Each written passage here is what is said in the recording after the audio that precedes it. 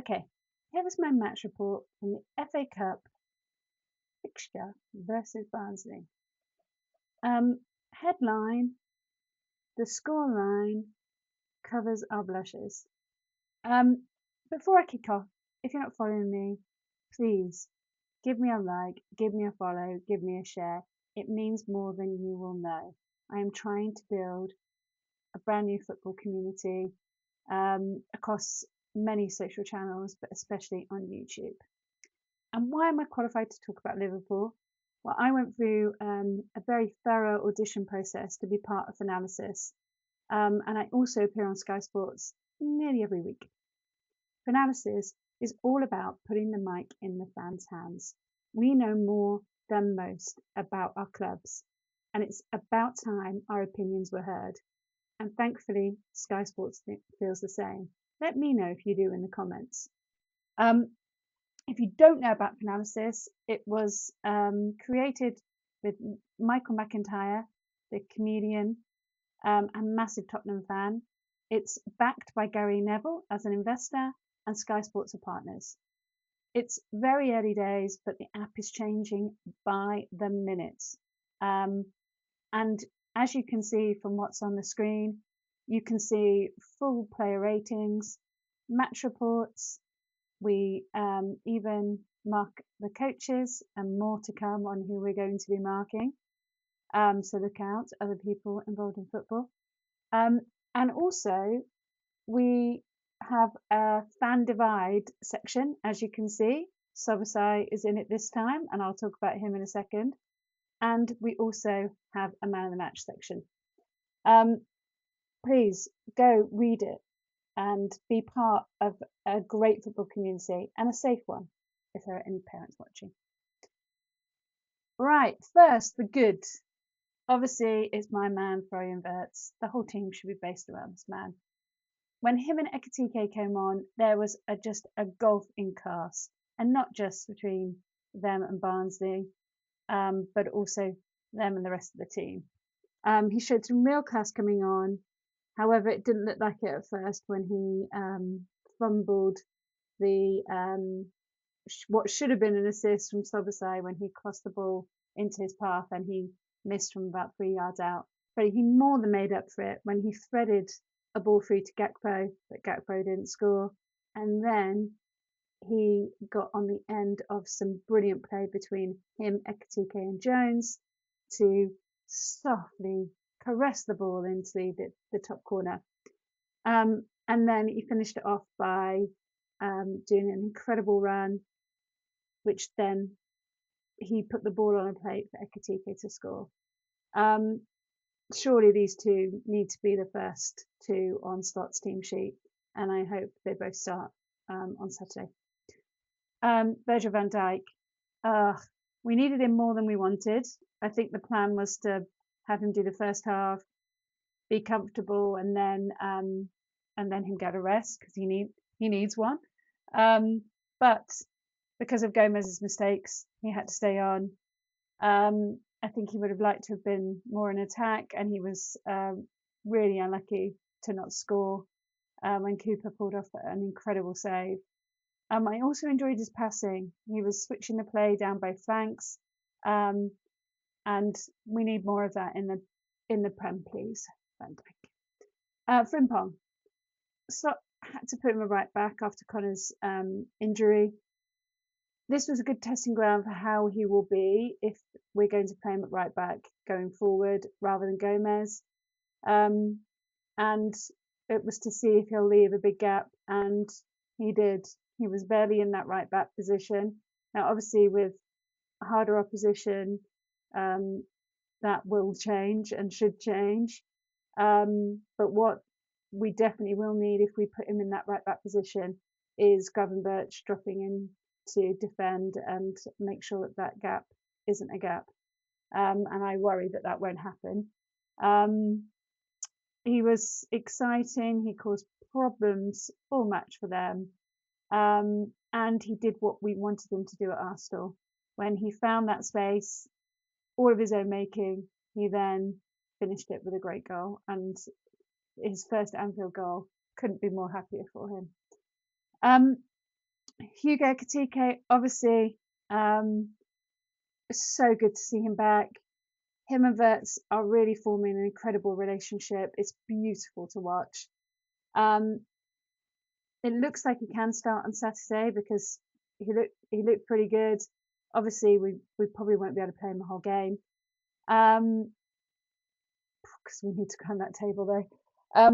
He put Verts in for his goal, and then Verts repaid the favour, and Ekitike was in the right place, right time, right finish. I can't wait to see what these two achieve together. And then I've put our head coach in this section as well. I think he deserves some praise for learning from his mistakes in the League Cup and actually putting out a strong team.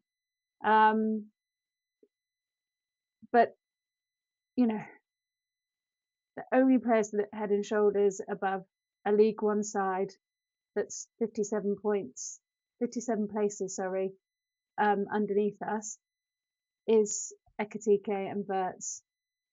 I think we need to face those hard facts. I know Stott probably is, and why he's got to make a better tune out of this collective of players because it doesn't look like we're going to be splashing the cash this month. More on that later. The bad, McAllister, again, another poor performance. And I don't care if people go on the comments and say he did 2 assists. He didn't do 2 assists. He did 2 passes. Soboslai's goal was of his making. Frimpong's goal was of his making. It wasn't because of a sublime pass that broke through the line of the defence. Nah, I'm not having it. He should have been able to have dictated that midfield with all of his skills and experience, but he didn't. And we need to get him to his best or stop playing him. I think this is another hard decision Slott's going to have to make, just like he did with Mo Salah. If he's not making the team better at the moment, he isn't. Then he should be on the bench. Chiesa failed again to impress when Slot gave him some good play time. I think this is another one where if these rumours are true that Juventus want him back and he wants more play time, that we're going to have to probably release him. But how can we release him when the squad is so light as it is?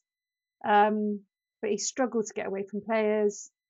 I think Slot should have played him down the middle, but because he doesn't trust him, he didn't. He trusts Gakpo, don't know why. And yeah, it's sad because I love the guy and love his spirit, but he's just not good enough. Rio, disappointing that he didn't set the pitch on fire. He's got everything, he's got all the attributes, but he just can't put them together yet. And you know, he's young, that's fine. It was much better on the right in the second half. I was actually screaming for that on my live that he should be switched because he was doing what Gakpo does. He was cutting in rather than going to the byline and using his pace to get the ball over for other players. I think we've got too many players still playing like individuals in the squad, and that's something Scott needs to sort out. He wanted to go on and score and have his own moment. Well, you can get that from assisting too. The ugly. I've put Sloboslai in here. Now I know loads of people are like, well, man of the match material. Was he though? He wasn't heavily involved in play, and he scored that scorcher from distance. But would a lot of Prem goalkeepers have saved that? Probably. And I've put him in here because of that madness and that nonchalant trying a back heel when he's millimetres from Mamadashvili and assisting Barnsley for their only goal. And he also, without VAR, got away with a near penalty decision. So it was a game with 2 halves to done. So that's why I put him in here. Cody Gakpo, he did nothing on match. He shows what every fan is screaming for Slot to not play him. And for us to buy a left attacker. I tell you, he doesn't work down the centre, he doesn't work on the left, and he's another one that I don't think is good enough, and probably hard decisions were made in the summer. depending on where we are in the table at the end of this league and whether we win anything else. Joe Gomez I've also put in here. He probably is going to be our right back if we want to play Frimpong further up, at least until Salah is back. He looked very rusty. It was at fault for our defensive gaps and our wobbles. He was a reason why Van Dijk had to stay on. And he looked really nervous in the centre. Yeah, he's not going to have much chance to blow off those cobwebs because we are so light. So he better buck his ideas up against Burnley on Saturday. If our performance and e-ratings don't show that we need to strengthen the squad in January, I don't know what does. This scoreline covered our blushes. Liverpool were playing a team 57 points below them in League One. Were we 57 times better than them? Hell no. They had 2 chances early doors to kick off the scoring, with Gomez looking helpless in central defence.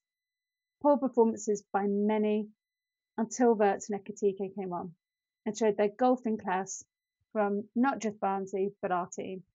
It meant the 4-1 score flattered us. Barnsley were quick on the counter, quick on transitions, and caused Gomez problems. Dominic Szoboszlai's showboating and lack of respect gifted Barnsley their only goal, and I'm sure Stott had some tough words with him after, and rightly so. Players who were probably chewing Stott's ear off for game time, Gomez, Chiesa, and Nengamoa, were all unconvincing. The biggest worry is Gomez could potentially play regardless now that Connor is injured, or we risk Frimpong in the right back position, knowing huge gaps will need to be filled by someone in our midfield. And we both know it's just 2 of us here. Let's hope there's more than 2 of us. We both know that our midfield won't fill it. So, still, so much for Stott to fix, while we stay very quiet in the transfer market, which worries the hell out of me. The slog continues, but it's a win, and we're still in a cup. So, let's be a little bit jolly right at the end, Red Luca. Okay? Red Luca, out.